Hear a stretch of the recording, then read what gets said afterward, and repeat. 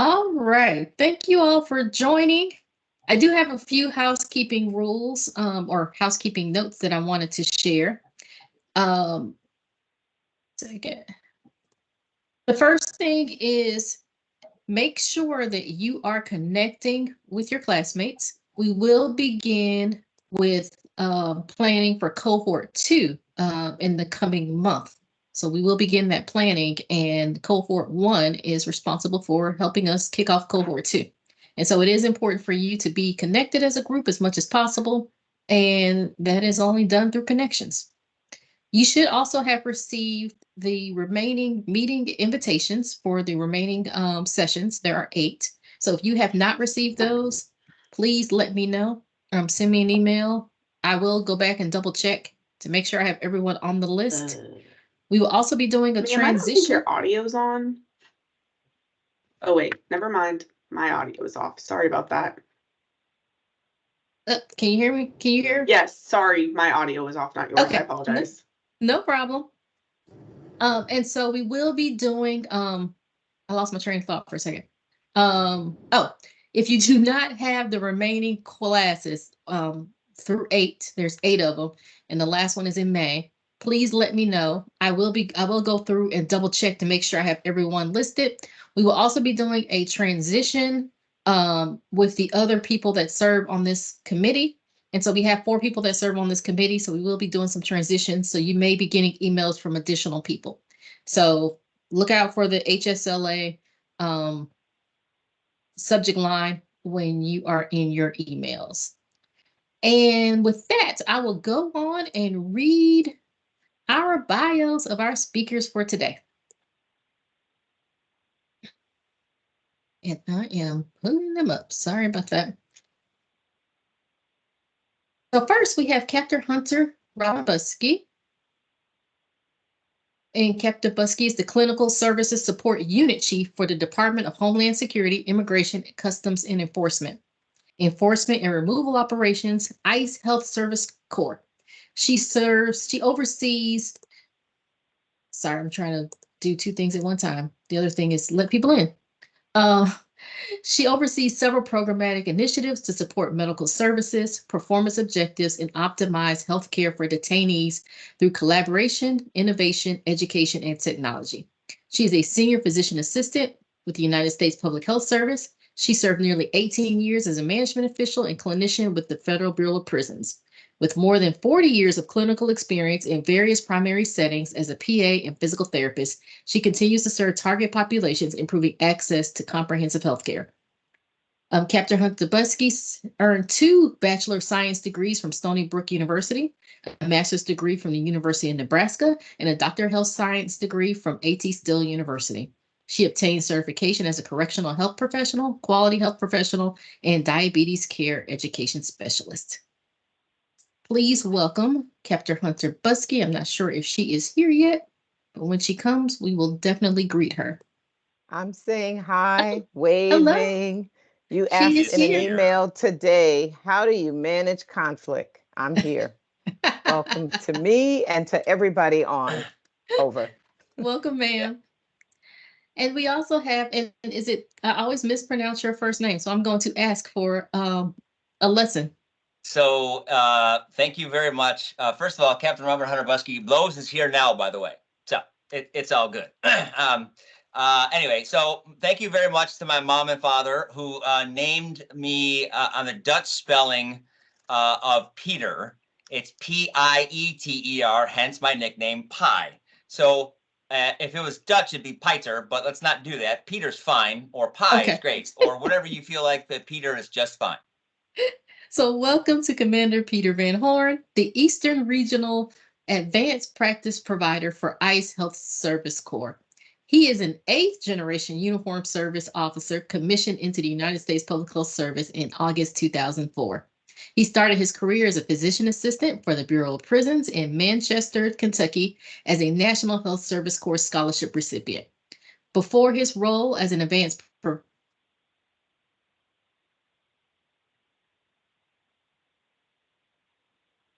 Oh, we lost her. Did the audio go out? I think she froze. Oh.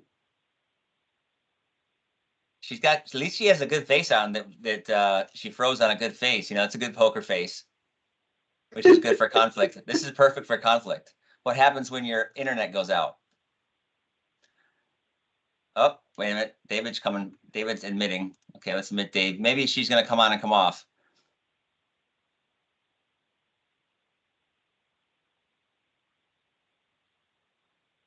She's frozen. We have a frozen captain. Is it kind of like Han Solo in Star Wars?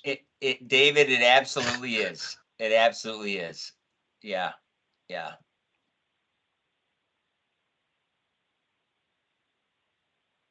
Captain Hunter Busky, you know, listen, I know she was just reading my bio. I'm okay with, you know, deferring my bio to in lieu of time to start. But what's very interesting is that Captain Maynard Harper said she would share the slides. So I do have slides, of course, open and ready to go. It's up She's to back. you. Do you want me to do the slides, or you want to do the slides? It's up to you, sir. Sure. Do you mind doing the slides? Not at all. Here we All go. right, great.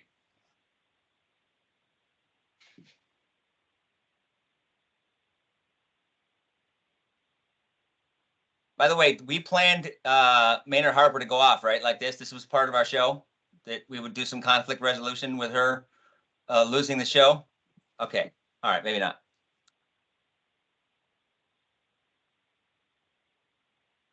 Ready All when right. you are, sir. All right, I do ma'am. Go not right ahead. know. Oh, I'm sorry. I don't know where I got cut off. It's okay. It's okay. But listen, this was part of the show. See, this is conflict resolution. How many balls can we juggle in the air and still make it work? So we made an executive decision to defer my bio in lieu of doing the presentation. If you're okay with that, ma'am.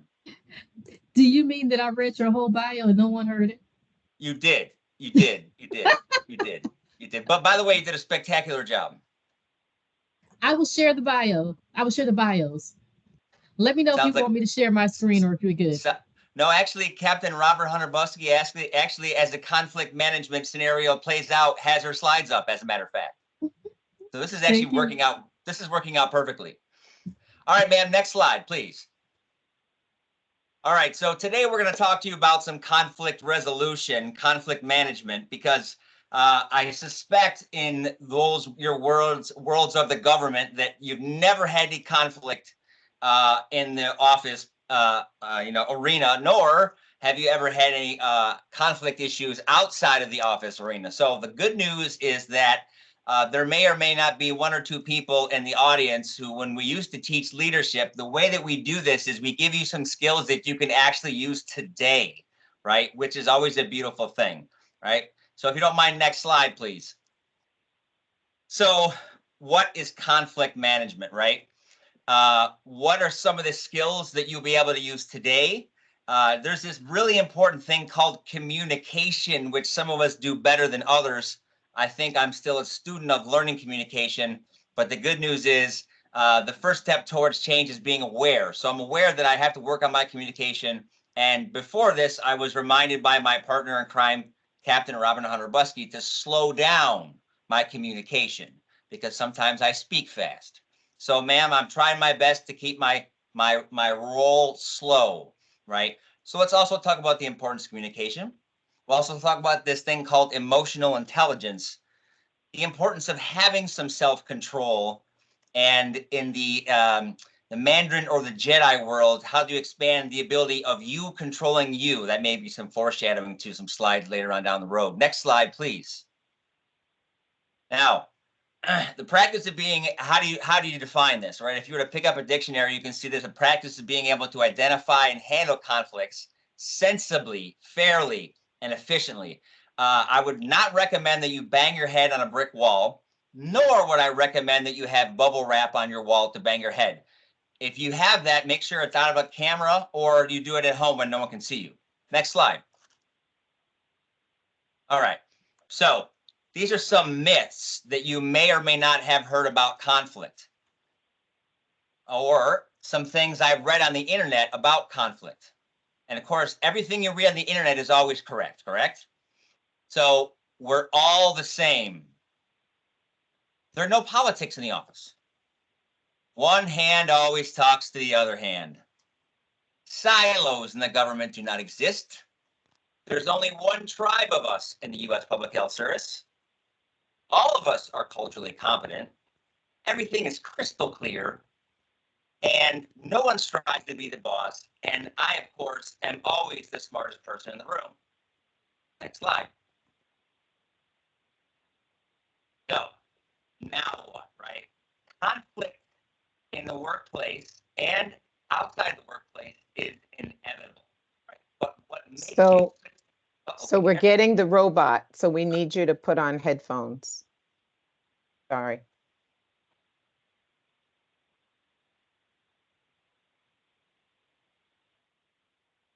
Or I can do a backup like this, and then I'll come back in the room in a second, which is always my backup. Now, as I was saying about conflict, conflict is something that is absolutely inevitable in all that you do. And I believe you can now hear me and see me. Yes. Can everyone hear and see me now? That better? Okay, wonderful.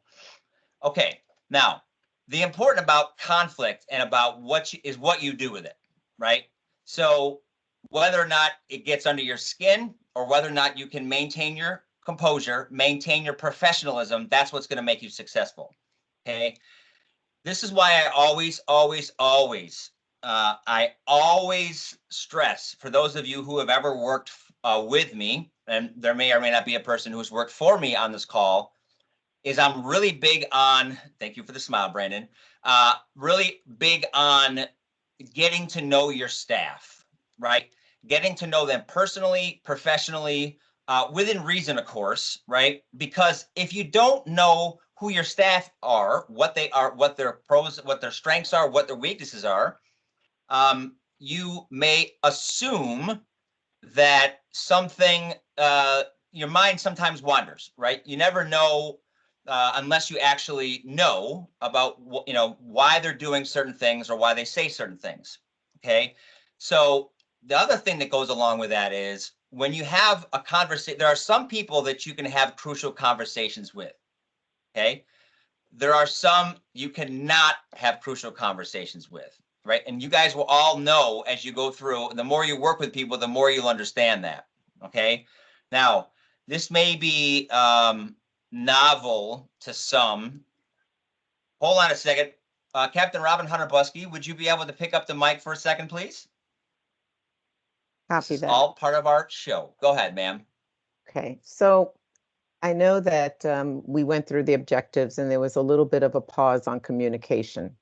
And we know communication is more than one way. It's not unidirectional, but it's multi-directional. And there are many modes of communication. I recently had an experience where we were talking about body language and video conferencing.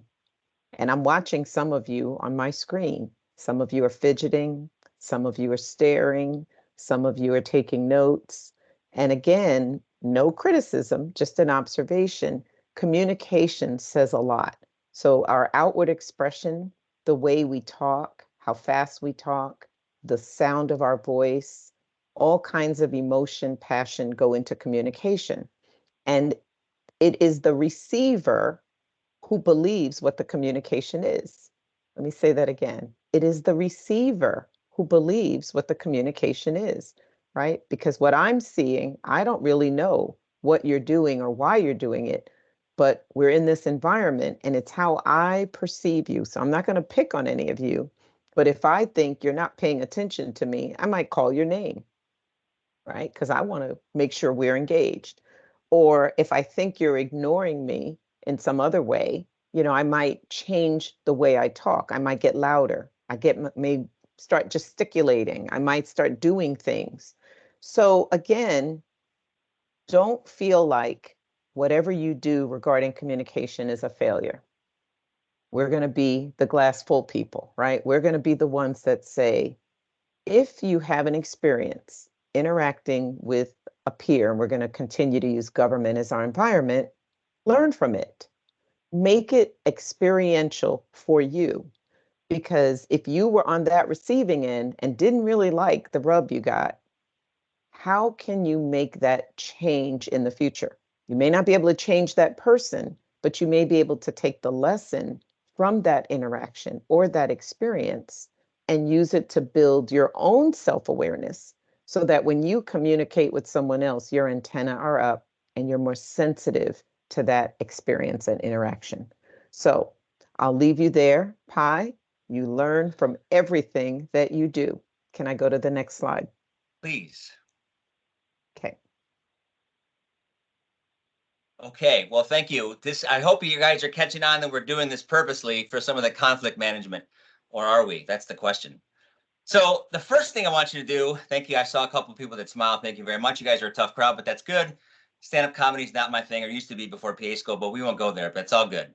All right, so step number one, identify the source of the conflict. Some people, I know Dave says it to himself all the time. It's me, I'm the reason the conflict is. Just kidding, Dave, just kidding.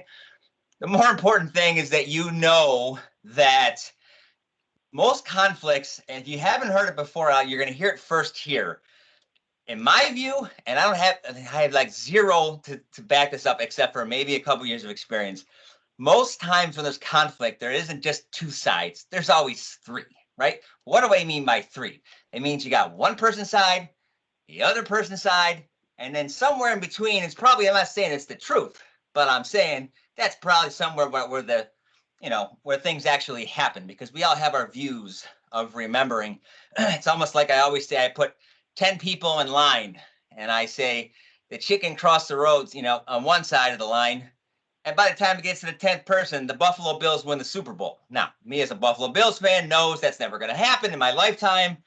So the point is that those going through those 10 people, words change, right? Meanings change, right? So it's important for you as a supervisor or as a manager or as a leader to know that, to get the feedback from the people. Now, I've put some questions in here. It may kind of be on the verge of coaching, mentoring, hopefully not some counseling, but if you have a chance to talk to person A, hey, when did you feel upset? Or do you feel that this might be, do you see a relationship between this and the incident? Or how did this incident begin? So try to get as much information as you can. And this is absolutely not a pun, but the more slices of the pie that you have as a leader, the better decision you're going to be able to make. I'll give you an example. I was in a leadership program in the Federal Bureau of Prisons, and as a staff APP or physician assistant, there would be a decision that was made by the upper echelon at the time that I was in the Bureau of Prisons. And I would always question, why did they do that? Well, a couple years down the road, I was in a leadership development course, and I got a chance to be the associate warden and work as the warden for a day. I still have my nameplate on my desk. It was that moment where I was able to see if that, again, not to be cliche, if that pie had 8 slices, my vantage point was I only saw 2 slices.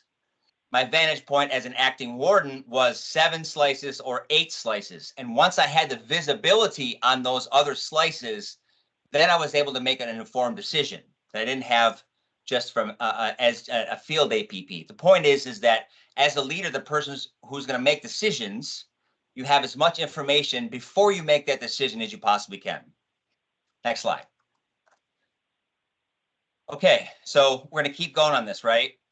Again, I don't mean to get ahead of myself, but one of those things that I know that a lot of people don't do very well, and I know that it was brought to my attention when I was in a different role with IHSC, particularly before COVID, when we were in offices.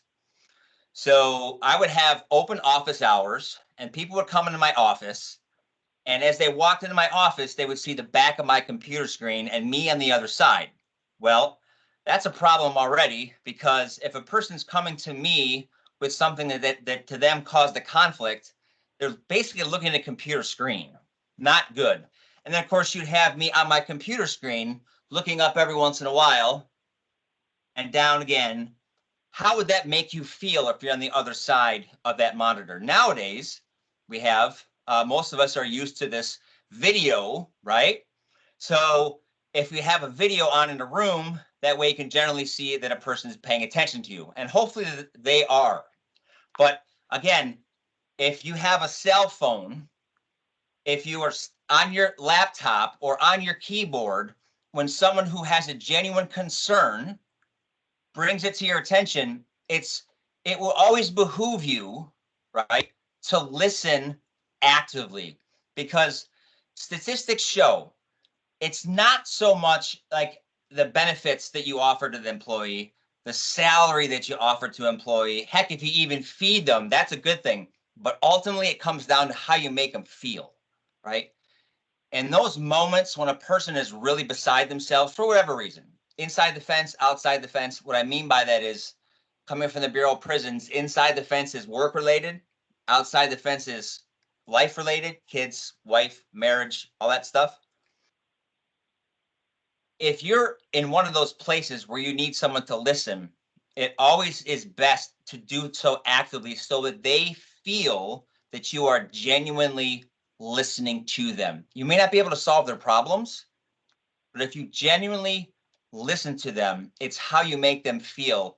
9 times out of 10, they'll come back to you. But the opposite, of course, is true, which you may or may not see in a few minutes, a little skit that we have. If that happens, clearly, not only is the person who is in a bad position doesn't feel very good, the boss also might obviously read some of the signs, body language, etc., that employee is not paying attention to them. So it's a two-way street, right? Sender and receiver. All right. Now, again, I was called my pies pearls. I used to do that in a previous life in IHSC. So give them your full attention, okay? As if they were your boss. All right. That's a whole different mind twist. Speak to them and give their full attention as if they were your boss. All right. Next slide, please. All right. Again, we're gonna do this case study here, and I'm gonna go off camera for a second. And the scene is Captain Robin Hunter Buskey is calling an employee into her office to have a crucial conversation. I'm gonna go off camera, and ma'am, I'll be right back in camera. Hold on. Okay, so we're in our office. Try to imagine that we're in person. Most government offices look the same. Desk, clear, and I'll be looking across the desk at an employee who's coming into my office. And here he comes. Hey, Commander Van Horn. You're here today because we're going to talk about your performance evaluation. Okay. First of all, how do you think you're doing? What did you say? Did you hear me? No, hold on. Sorry, what did you say? Okay. We're here to talk about your performance. I want to know how you're doing. I think I'm doing fine. I mean, I've been here for a long time, so I kind of know what I'm doing. Well, that's not what I think. Okay. Well, what You is were it that you late. think? You were late today, and I'm very busy, and I have a lot on my schedule. So I don't appreciate that, number one. And number two, I really want to know what you think about how you're doing. I need to fill out this form right away. It's late. Well, I know that. I mean, I'm feeling a little bit. I don't know. I kind of feel like you're attacking me a little bit, ma'am. Maybe you could try again. Attack. You don't know what attack is from me. I just want to get this form filled out. Yeah. Did you not understand that? I'm feeling a little overwhelmed right now, ma'am. Is that what you want me to type on your form? Feels overwhelmed. Okay. Well, I have 6 other boxes to fill in. What do you want me to put? I'm nervous, but I get my job done. have a stapler. Works well. That you couldn't see on camera. Well, I have about 2 more minutes. Is there anything else you want me to add to this form before I push send? I think the commission core is waiting for this form. But listen, all I can say is it's a pleasure to work for you. That's all that I know, ma'am. I Okay. just know it's good to work for you. That's all I know. All right. Well, I'm putting in here, so I have 3, 3, 4, 2, 6, and 1. Any Those are my problems with scores? that? My scores? Well, how Those am are I the gonna numbers. how am I gonna get promoted? You know how tough it is in the commission core to get promoted? I'm going for captain. Like, Promoted. do you understand, ma'am, what that Promoted? means? What does You- that have you- to do with this Do you form? do you understand? Is it going in your ears what I'm saying? Are you getting loud with me? Yes, I am. Okay. Yes, I am. Well, this I is am. what I'm going to do. I have to go. I'm filling out this form. I'm going to push this forward, and you can take your concerns to the commission core because I don't do promotions. I just want to fill out this performance evaluation. I'm done. You can have a nice day. Thank you. All right. Anyone want to come off mute and maybe give us some pointers about that little skit there? Go ahead. I won't stop you. Go ahead. Talk to us. What'd you Well, see? for the What'd first you one hear? at the What'd you very feel? end, that basically telling you to go pound sand wasn't absolutely appropriate. Over. Hi, this is Commander Clements. I would also say that maybe you should have just rescheduled that meeting, like after you're, 5 minutes into that conversation and everybody's heated, especially if you're doing your core.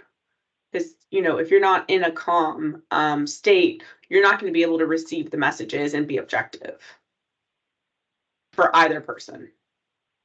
Okay.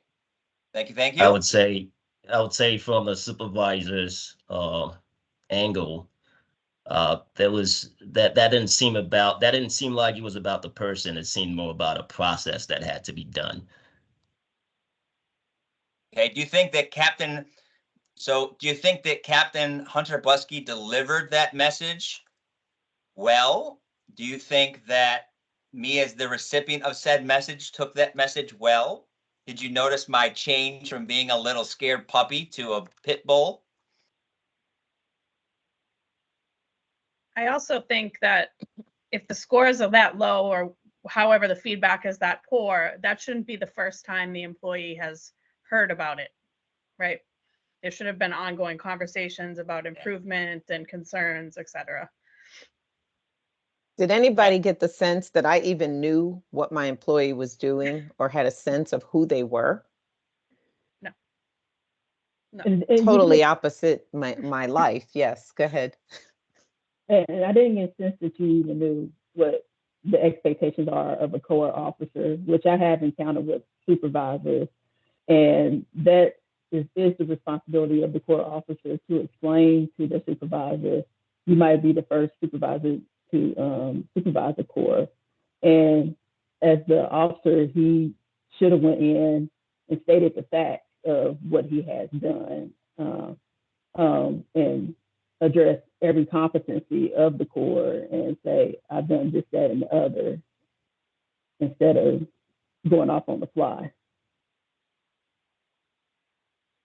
So you saw how it escalated. Maybe if we were in the same room, we might have put our fists together.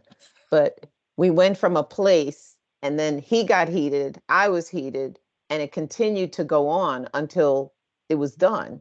And when you think about these situations, now, does anyone else have any other observations? Because I want to change the questions. So I see a bunch of silent folks. I'm going to start calling names out.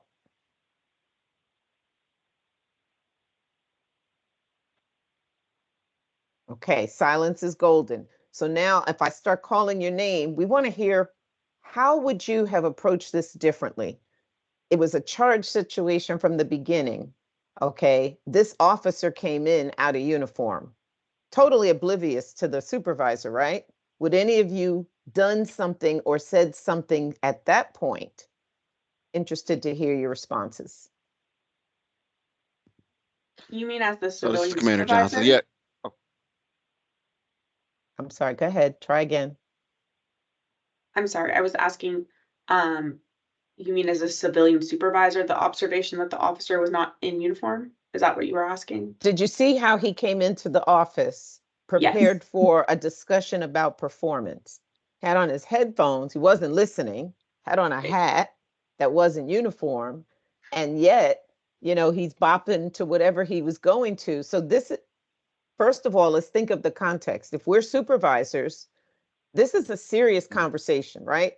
Whether we as Corps officers know that or not, even if it's a civilian counterpart, this should be a serious conversation. And it should, as you've already outlined, not be the first time we're having this conversation, but this was a known meeting. So this is how he presented. Now, did the supervisor handle it well enough to acknowledge he wasn't ready?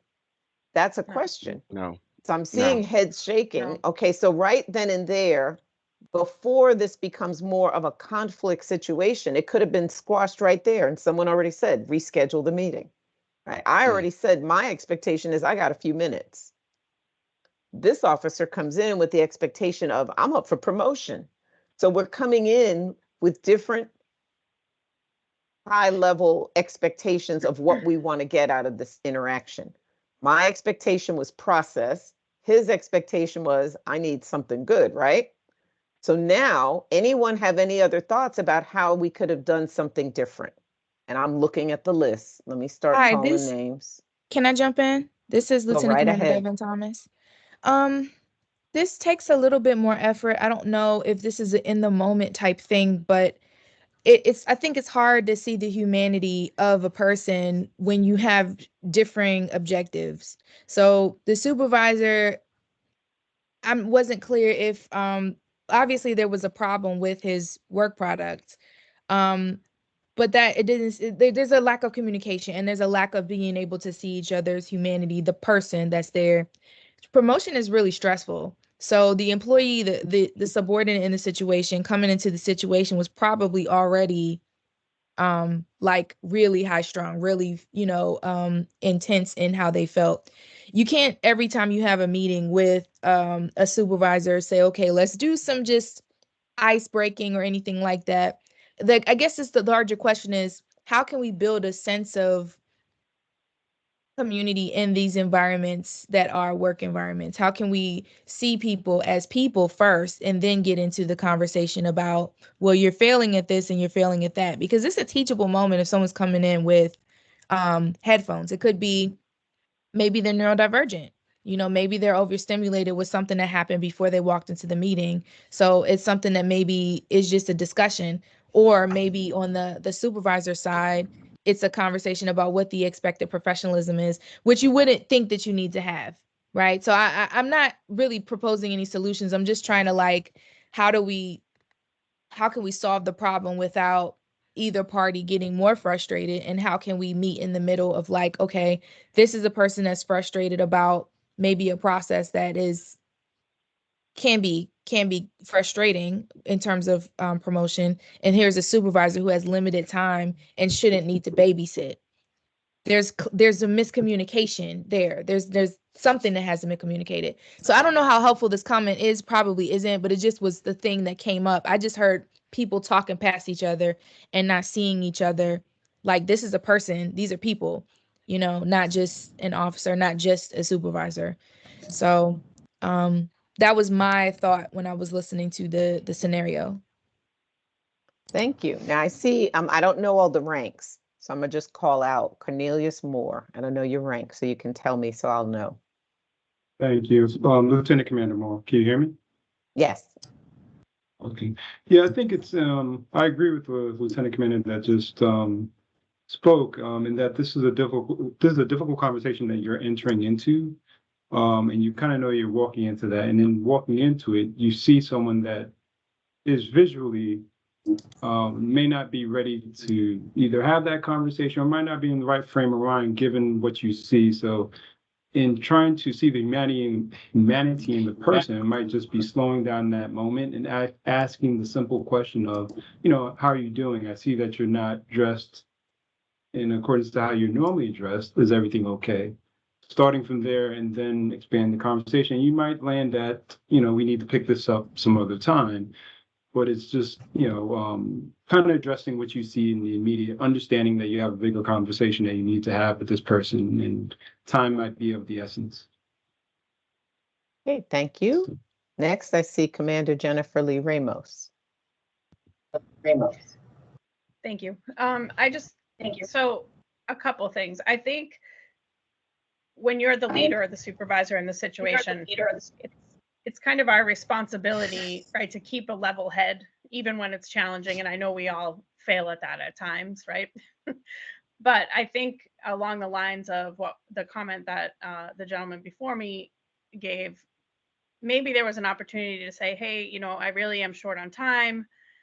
Do you think you could take your headphones off, sunglasses off, so we can have this conversation? I really want to get some feedback from you and share some things, that I've noticed. I just think that, we have to do our best when we're in that leadership or supervisory role to set the tone of the meeting. And I kind of feel like you did set the tone, and the tone was a little bit maybe more aggressive than was going to be productive during that meeting. Okay. Other observations, solutions, ways we could mitigate. So we're talking about what we saw in the beginning, maybe some humanity there. Yes, Ayana. Well, going back with solutions, it seems like that as a supervisor, we should have ongoing relationships with our team to begin with. So it's not that when we're doing evaluations, this is our first time that we're having communication with our team members. So it may be weekly or bi-weekly or monthly meetings. We should be doing updates and seeing what the progress is. So when we get to evaluations, it's not a shock that, oh, you got a 1 here and a 3 here, or I don't even know what you're doing. So there should be ongoing communication, and expectations should be set up every year and ongoing check-in. So that's what should be done differently. And even with the expectations of how you should present yourself, maybe some people are a little bit more lax. Some people might not expect you to wear your uniform, even though you should. Some people might not have that expectation, but you need to say your expectations up front. Okay, so just a couple more. I see Seños. Go ahead, sir, Commander. You're on mute, sir.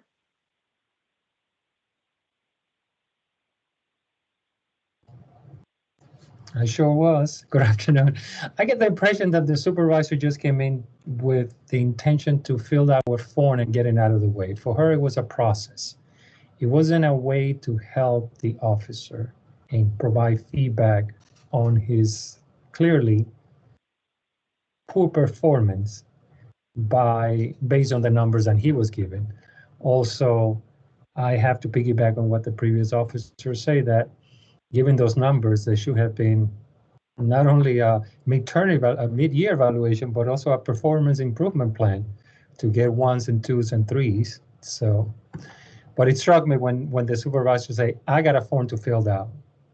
Basically, I just got to get this done and keep it moving. Well, thank you. So before I pass it back to my colleague, thank you for those comments, everyone. So let's just think about a couple things before we move on. We have the context of the situation, right? We know that this is a serious sort of life-changing event, talking about performance. Then we have that, do we know our staff?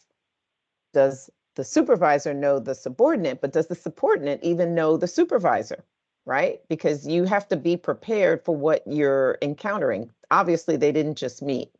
And then you brought up humanity. Now, humanity would have meant that I needed to have a little more compassion for my staff. 1, recognizing myself, I didn't have time, but 2, recognizing they were not prepared, because multiple times I said, well, how are you doing? Now, someone also mentioned, well, the officer should have come in with a list. I'm doing boom, boom, boom, boom, boom, which would have maybe changed the context of the conversation. Because instead of just saying, you know, I want something, they came in and said, here's what I bring to the table. That might have changed the conversation a bit. And then values. I know that that's a little bit further down, but values are important. So what I'm hearing in the few that have spoken, expectations come because we've said something, but it's our values that feed our expectations, right?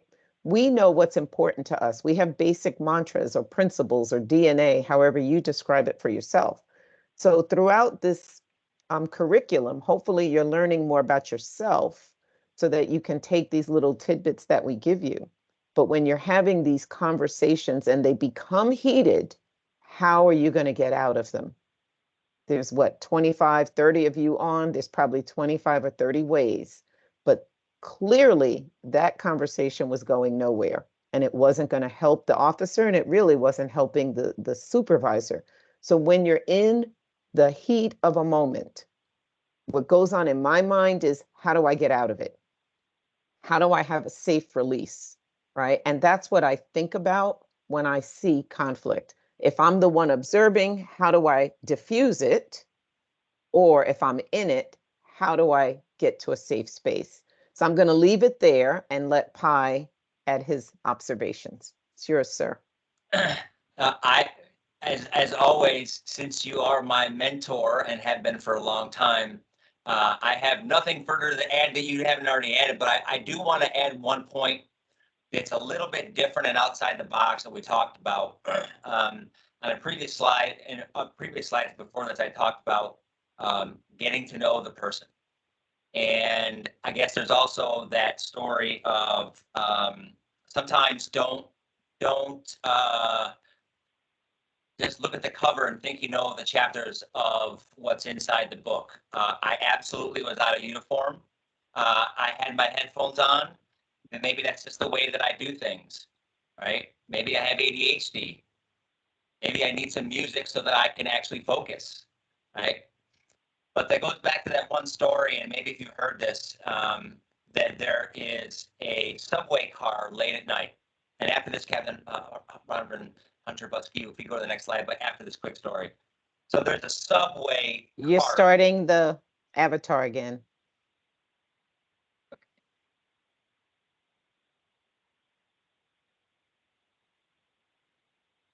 Okay, can you hear me now? Can you hear me now? Yes? All right, good. Yep. All right, so I did, it's interesting, I did hear the avatar. I'm gonna come back into the room. And I'll switch things over. Can you hear me now? All right. So this is what we do. This is Conflict Management 101 and how you navigate a internet system from Buffalo, New York. So here's the story. Story is this gentleman gets onto a subway car in the middle of the night. It's about 11 o'clock. It's about to shut down. And on the cart is a man sitting Indian style with his hands over his face. And in that cart, there's 3 kids and they're running around crazy. They're just jumping off the walls. They're sliding down the poles. They're making all this rat-a-tat-tat noise. And the person who gets on the cart is just trying to focus. They've had a really not so great day. And these kids just run around. And the guy finally has enough and says, can't you please see that your kids are off the wall? Like, are you a parent? Like, what are you doing? And the man comes up from his seated position and looks the stranger in the eye and said, I really apologize. We just came back from the hospital where their mother died. And they don't know how to process that. Okay. How about that record moment, right? You just scratched the record of that jukebox because you thought that it was just super annoying that these kids are running around. And as a parent, trust me, you get kids just running around crazy. And you saw this guy by himself who obviously in your mind was not able to control his kids, right? But the scenario was absolutely different. It's one of those moments where you really have to swallow your foot, right? The point being is that you never know what that other person across from you may be going on in their life. You may not know the battles that they're going through, right? Whether that's inside the fence, outside the fence, at work, at home, right? So the officer that brought out the part about humanity, spot on, absolutely spot on. I love it. So thank you for bringing that up. All right, next slide. All right, so again, we talked about this, right? Sometimes, you know, the Patch Adams, if you've seen Patch Adams with a guy, it's like, look, how many fingers do you see, right? You might have to go in one layer deeper than what you actually see. You never know what is going on in the other person, okay? So sometimes you have to ask the right questions. Kind of goes back to you got to know your people. So I very much encourage knowing your people. And almost like that's the beginning of how it should be when you have this conversation that's crucial with another person, right? Another thing that's very important is having a safe space. And you know, you have to have a position where you have a relationship with a person that they feel comfortable talking to you. They trust you. Okay. And trust is not something that comes overnight. It's something that's built over time by your actions matching your words. Right. So remember that we all live in a glass fishbowl. I never understood that until one day I understood it. Meaning everyone's always looking at you, right? No matter what you do, particularly if you're a boss. Everything you say, everything you do. Commander Van Horn, you're cutting out again. We can't hear you very well. Okay. Thank you.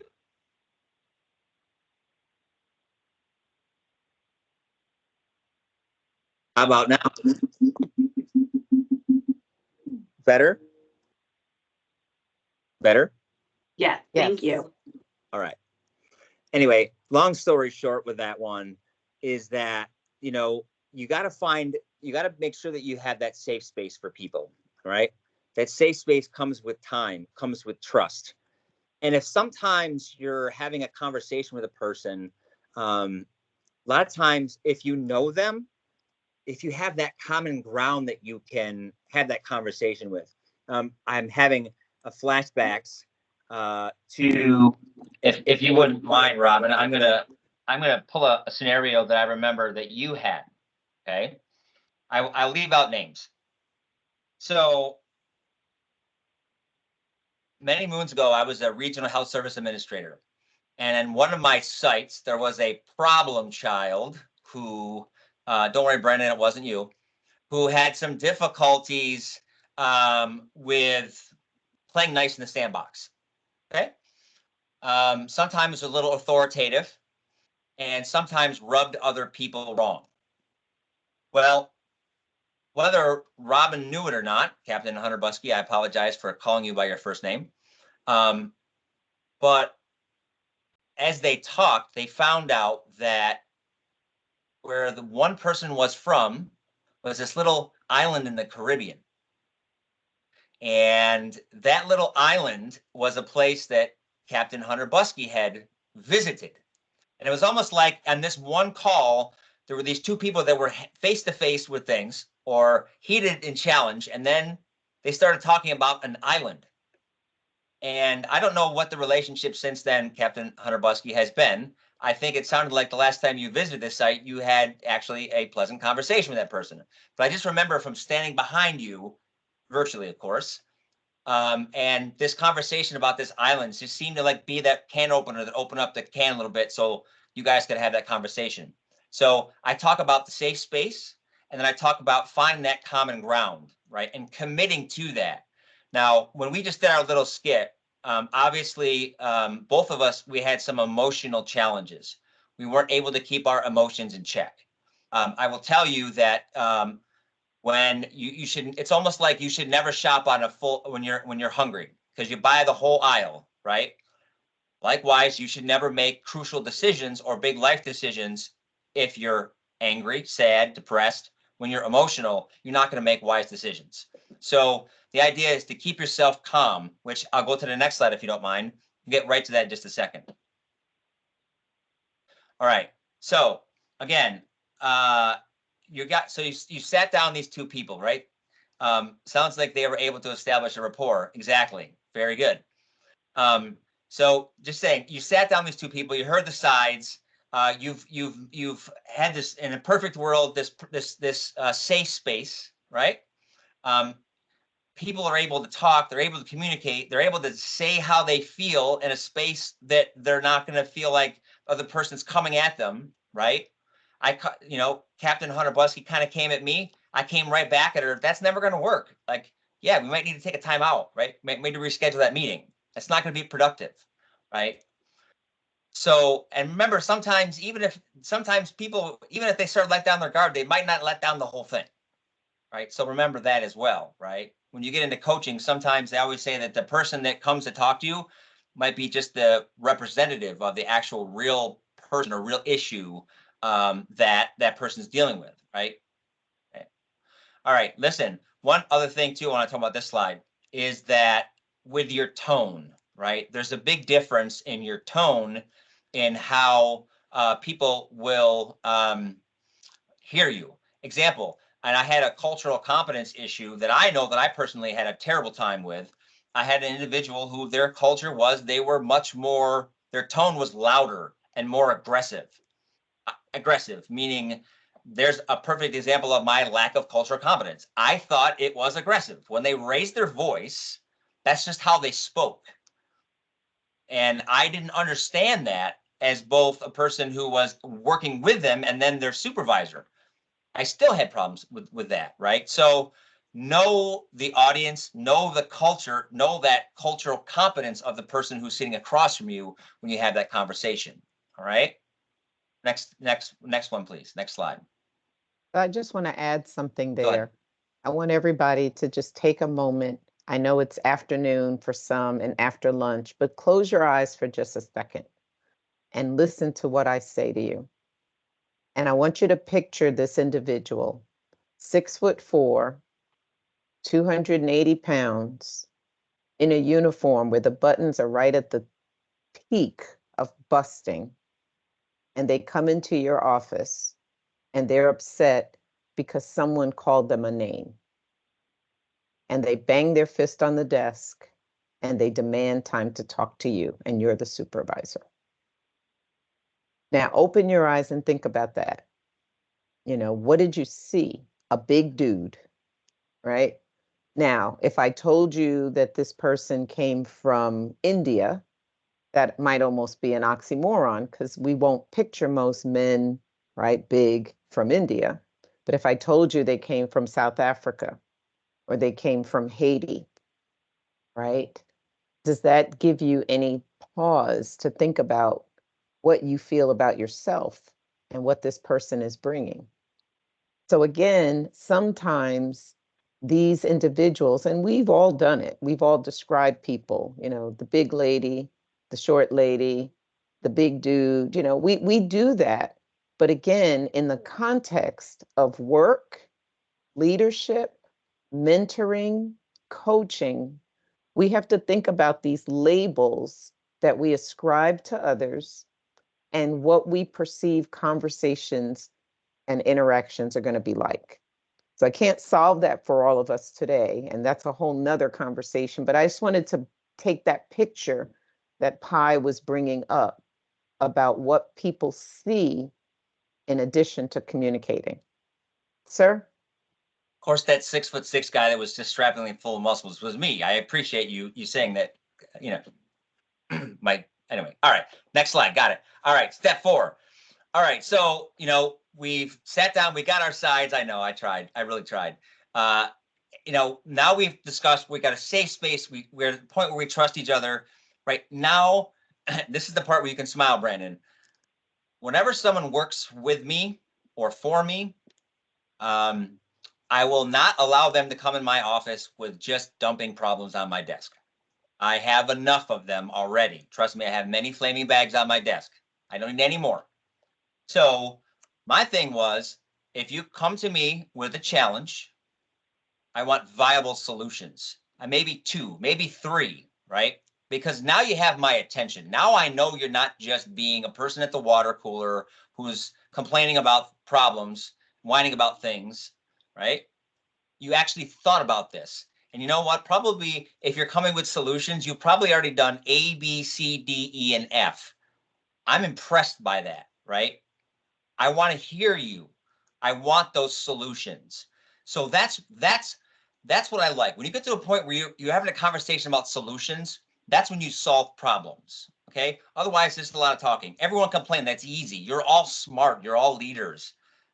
Come to your supervisor with solutions that are viable depending on the problem. Because let's say there might be an angle that anyone has never looked through before, but you're so smart and so on top of your game, you might be the one that solves that problem, right?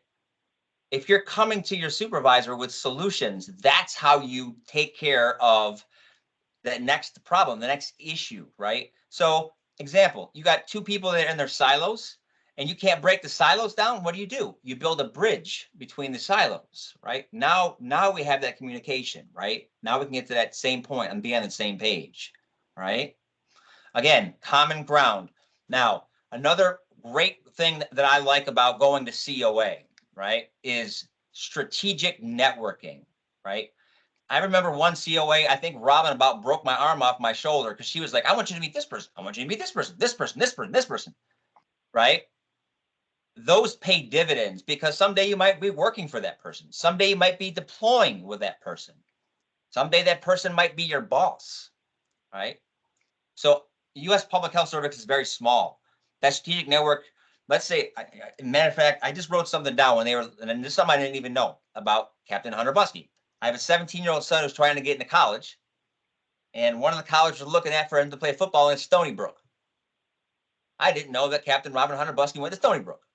But I can tell you what, after this conversation, I can guarantee you I'll be on the phone with her because she knows everyone and everybody.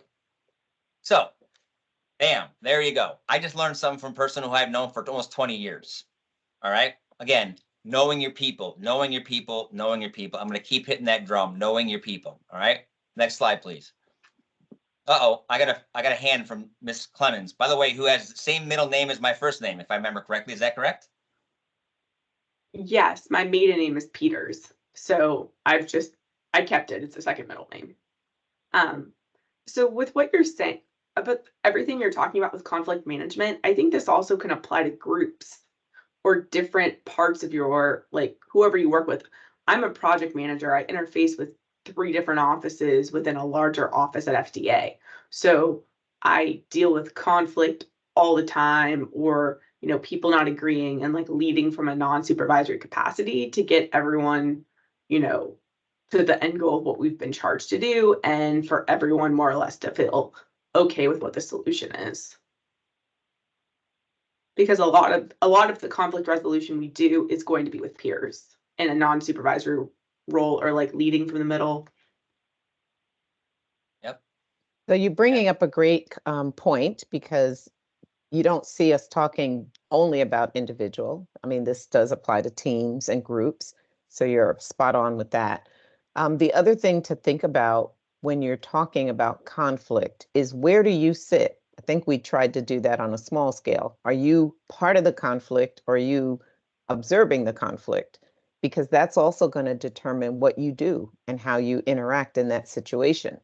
So in some cases, those of us who are in clinical practice, sometimes that conflict is all around us. It's chaos. It's not just conflict. And we have to be able to think quickly and sort out and triage and be able to make decisions. But if we can narrowly focus on the source, as I did when I had a conversation with someone about a little island in the Caribbean, it's called Nevis. When you think about the focus, when I'm in the clinic, I'm talking about the patient, not what my decision was, not about the prescription I wrote, not about what my orders are. It's what is best for the patient. That tends to diffuse the conflict. So in a team, is your charge a task? Is it a process? Is it a program? Is it an activity? How do you redirect the conversation to that? Take the personal out of it, and conflict usually goes down on its own. Not always, but that helps to decrease the temperature. So I don't know if Clemens has something else to say. I see another hand. Commander Senos. Could you be part of the solution, not so much standing, watching the drama, or not being in the mix, but trying to pacify the problem before it rises to the point where it's beyond getting it under control. Well, if that's directed at me, the answer is yes and no. It could be both. So in a no scenario, you might not want to be in the mix because that might make, you might be fuel on the fire. And you have to make that judgment based You on know that, that, that ma'am, you know action. my role in my job, so I have to be in the mix and try to bring it down. Right. So you're asking if you are part of the solution. So I started with the no, because in the no, if you come in, you might not be received as someone bringing the solution. You might have to bring authority to bring a solution, if that were the case. You might have to, bring that perspective. If you're a facilitator, that's a little softer. It's a little different, right? The facilitator comes in not trying to solve the problem. The facilitator comes in because the solution may be obvious to the facilitator, really could be, but it's the parties that are involved in the conflict that need to see it. And sometimes you can't tell people the answer. They have to come to it on their own. And, again, that's another style thing. How do you bring the information to those who need it so that they can process it and utilize it? That's another technique with conflict resolution. So you take the situation and you have to bring that temperature down. That's the first thing, especially if it's getting critical. Okay, when people get ready to start getting physical, it's getting serious. Right? They're going to throw something, whether it be an object or their own fist, right? Or they're going to be a tussle. And we don't ever want to get to that point. So the answer to your question is not a simple yes and not a simple no, but a no is easy to see because if you are coming in with the solution, it would be coming in most cases as an authority. And in your role, you are an authority. Okay, we have to respect the role that you bring. But on the other hand, if you're bringing it because you want more therapeutic, I don't know who my therapeutic folks are out there, my social workers and psychologists and other mental health providers, we come in because we want to allow the parties to reach those conclusions on their own. We don't want to bring the heavy. We want them to achieve that because we are helping them hear each other or speak to each other. So that's just my 2 cents. I'll yield to my colleague or anyone else who wants to chime in on that. All right. Now, everyone can hear me, yes? We're good? And I don't sound like an avatar? Great. Robot. Now? Yeah. I sound like a rabbit. Oh boy. Hold on. I see people waving in the background. Well, hey. Hold on. How about now? Better? All right. I'm going in and out and in and out. It's raining in Buffalo. When it rains in Buffalo, these things happen. All right. So let's say, I'm going to wrap this up here. I got a couple more slides and we're done. Now, let's say that you're in the room, you've come to a solution, you come to an agreement, and anyone ever hear of the 80-20 rule? Anyone? Hands raised, 80-20 rule.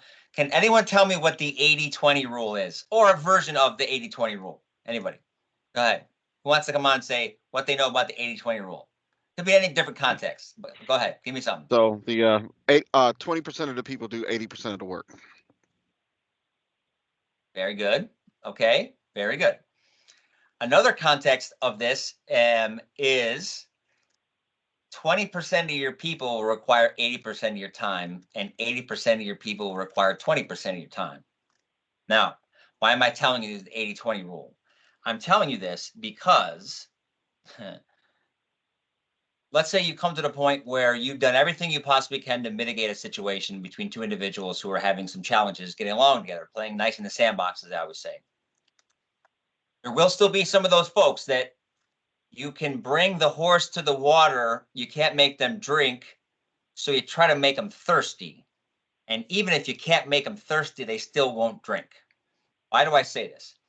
I have here about the story of my best friend. I grew up with a guy who has been was my best friend from the time that I was 4. Okay. My first wedding was my best man. Well, as a physician assistant, I don't ever talk about 3 things: politics, religion, or COVID shots. I had the COVID shots with the pandemic because it just got really bad. Right. Well, let's just say he leaned one way and I leaned another way. And while have you ever seen that meme that just because I disagree with you doesn't mean I hate you, right? Because that's where it went. He was so politically charged one way and I was the other. And I said, listen, man, I respect your opinion. I respect what you do. But he took it was just personal attack after personal attack after personal attack. And this is a guy, I'm 50 years old now. I haven't talked to him in 5 years. Right? I've known him since the age of 4. Right? So why do I tell you that? I tell you that because there are some people that, despite everything I've ever learned about communicating, about mediating, coaching, mentoring, it just would not work, right? And it's almost like I want to say you can't rationalize with an irrational person, right? But that's something that sometimes you may, as a supervisor, done all the things that you need to do to be able to communicate with somebody. But the fact of the matter is, sometimes there are some you may not be able to get through to. Okay. I'm just, and those of you who know me, I don't put lipstick on a pig. I just keep it blunt and keep it real. That's the absolute truth. But don't beat yourself up over it, right? If you've done everything that you possibly can to help a circumstance get better, right? All the steps that you learned, right? Just keep in mind that don't take some of that stuff personal. Just do the best that you can, right? Do the best that you can, right? Now, you may not like everyone that you have to work with, but you should always be professional. There are people that I interact with that there would be no way I would ever have them at my house to meet my family. There are some on this camera who have been to my house and had food with my family, right? You're a friend for life. You're ride or die, man. That's how it is. All right. Next slide. All right. So not so fun. I'm going to wrap this up here with just a few more slides, then we're done. Not so fun facts about conflict management. Okay. 74% of staff experience conflict at some time in their career. So if I look out in the crowd and I have 20 some people, right, 15 or 16% of you have had a problem at work, right? 40% of workers experience conflict at work in the past year. 46% admit that they have clashed with a coworker. 17% have had heated discussions with their boss or a customer, right? 39% of folks blame the coworker for the conflict. If you ever had a chance to read Leadership and Self-Deception, read it. Just trust me, you'd be like, oh my God, I'm the problem, right? Exactly. Yeah, we've all had bad bosses, trust me. All right. Top 3 triggers. Robot. Oh my Lord. I'm a robot man, huh? Still robot? Yes? All right.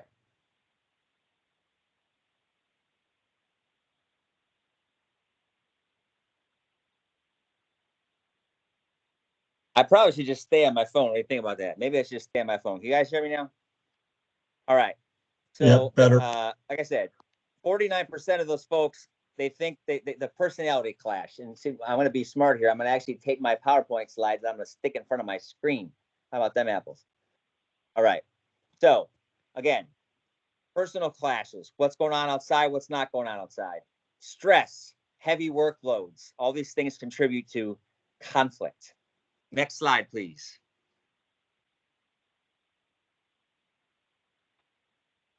All right.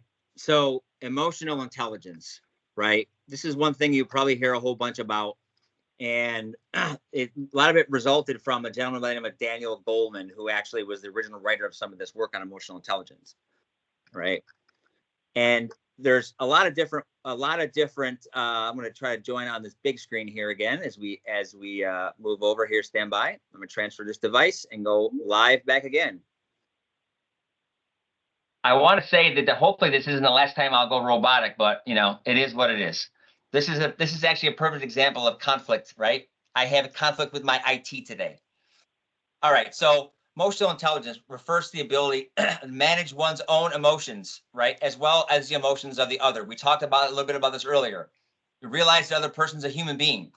They might have stresses, positives, good, bad, things on the other side that you may not see, right? Let's say, for example, if you don't know your people very well, you may not know that the way that person is bouncing in their chair or they have their headphones on, that's not their baseline, right?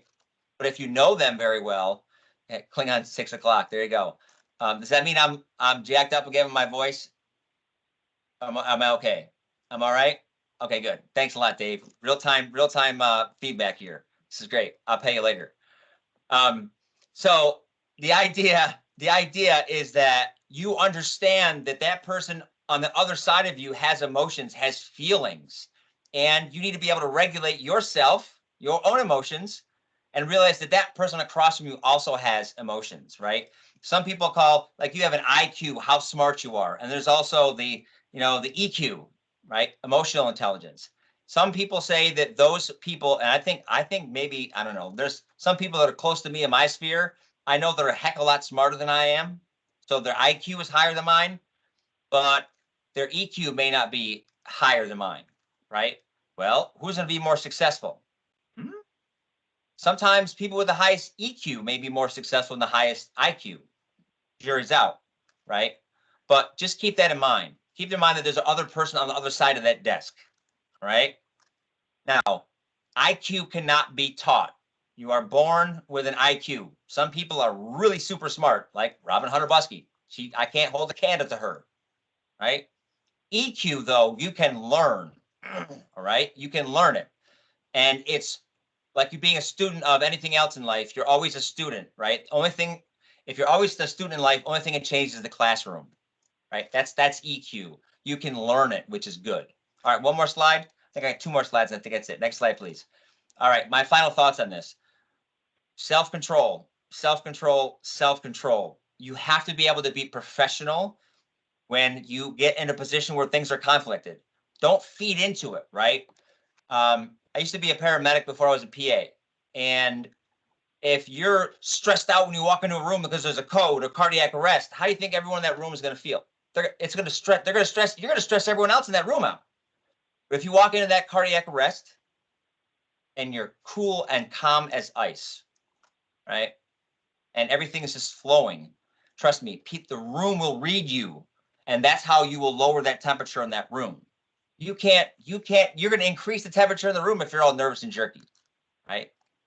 By the way, Brandon, I didn't have a cup of coffee before this, so I want to make sure that I was kind of mellow. Hopefully, Robin, I'm speaking a little slower today than I normally am.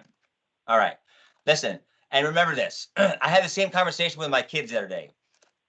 My 7-year-old son said, the neighbor did this and it made me so mad. And I said, so wait a minute, they have the power over you then.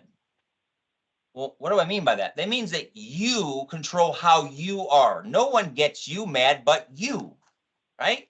So no matter what the storm is, no matter what the situation is, best thing you can always do is remain calm. And I think that's our last slide. Do we have one more? That's all we got.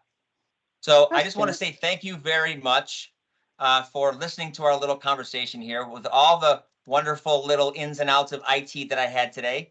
We managed the conflict okay. So that's what we got. Any questions? And we should say not just questions, but feedback or observations or lessons learned. Anybody learn anything today, either about yourself or about maybe a situation that you've had or that one that may be coming up? We're happy to hear and have you share whatever you feel comfortable sharing, because this is a safe space.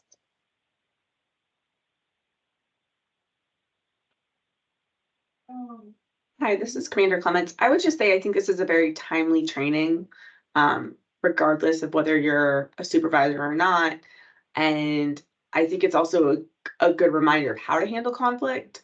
At times, you may run into conflict in the Corps with officers where potentially you are assigned as the leader on something, but you're working with officers that outrank you, or you're working with peers, or you're working with junior officers. So there's a lot of different dynamics that can come into what we do as officers as well. And I think this is a good reminder of how to be respectful and to try to resolve the situation.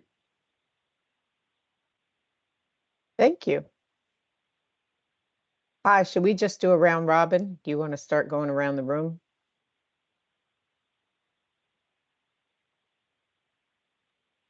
You're talking on mute, sir. And I'm not only do I talk like AI, I also talk when I'm on mute. So this is good. I'm doing really well. Well, should we go around the room? I think we have about 12 minutes. I don't want to take too much of the time, but here's what I want to say about this. You know, to Jennifer's point, with the timely conversations, you know, you guys are the El Numero 110 HSLA group. You're the first cohort. And I'll tell you that those of us who have put some of this together, we really wanted to make sure that we brought to you guys something that you can use today, something that's real, right? Something that's not just death by PowerPoint. And in fact, I'm looking back at the slides. I don't think I followed the slides very well at all. I think it's because we, you know, sometimes the whole squirrel and shiny thing, but we have to change and flex and flow based on the conversation that you guys have, based on the conversation that's relevant here. And I think what it is you guys brought to that point where, look, we have something that we have to be able to deal with conflict, right? Whether it's conflict with officers, conflict with, you know, friends, family, it's a real thing, right? That all of us are going to have to deal with. So, and we also wanted to make sure that you felt that this is a safe space to be open and honest, be able to discuss how you feel. I'm not anyone's supervisor in this room, right? I'm not doing any of your course, right? And for me, this was actually, I got to be honest, this is a stretch. This is the first time I ever worked with Captain Hunter Buskey in this capacity, being on the same stage with a person who's been been a person to me who's been like, I don't know, not only a mentor, but someone who I look up to a whole lot, right? So that was very stressful for me. And if you know me, you know I don't really show my stress. But here we are, right? How do you manage the stuff that's right in front of your plate, right? And so this was fun. And I think what's important is some of these trainings that we have are fun, but we know that we can have fun and still work really hard and still be successful in both our personal career and as well as our professional career as well. So I thought this was fun. Anyway. Yes, sir. Well, with that, I would have loved to, I remember the session where we all introduced ourselves. So I can't say that I've met you all. So for me, it's knowing people. So I do miss that I don't know all of you. And I hope that over the next few weeks and months that we will get to know each other, because that's very important to me, because we've invested a lot on the back end in trying to put together something that, as Pi says, is something you can walk away and use. We're not trying to give you a lot of theory, but we're trying to be very practical and down to earth and be as real as possible, and know that even in this environment, if you find you need to approach us later, I know I'm available, I know Pi is available, and even within your cohort, you know, we encourage you to cross-pollinate, because there may be lessons learned even in your conversations with each other outside of your workplace, you know, across your divisions and octaves and all of that. But I'm looking at the time, and I want to go back to Captain Maynard Harper, who owes Pi's bio, but you can certainly send out our bios and make sure that everybody knows how to reach us as well. But ma'am, we turn the floor back to you at this point. Thank you, ma'am. I will send out the bios. I have them ready to go. All I need to do is press send. So those bios will be coming shortly. We do have a few housekeeping things I wanted to let you know of. The next session is scheduled for, and I'm looking at my calendar, Next session is scheduled for, I believe, March 22nd. So if you do not have a March 21st. If you do not have March 21st on your calendar, please let me know, send me an email. Also, you will be getting additional information as we plan for the next cohort. How exciting. You have been in the first ever Health Services Leadership Academy. And this academy, I did want you to know, has been shared with the Deputy Surgeon General. And so she is excited to hear about our full 8 weeks of training and how we navigate to do Health Services Leadership Academy Cohort 2. So I did want to share that with you all. So congratulations again on being in the first ever cohort for Health Service Officers Leadership Academy. Additionally, I think that is all of the housekeeping I have. Make sure you're connecting with your fellow officers in this cohort. You would not believe how many times that I have reached out to people that I have not met in person, but met through other opportunities such as mentoring or senior officer consortium, whatever it is. I reach out to these officers, never met them in person, but it has always been a great connection. So think of this as a great connection point for you in your career. If there is nothing else, Captain Hunter Buskey, Commander Van Horn, we will give you back 7 minutes of your day. Thank you all for joining, and this recording will be shared on the YouTube page. I'll send it out. Thank you all. Have a great day. Thanks all. Cheers.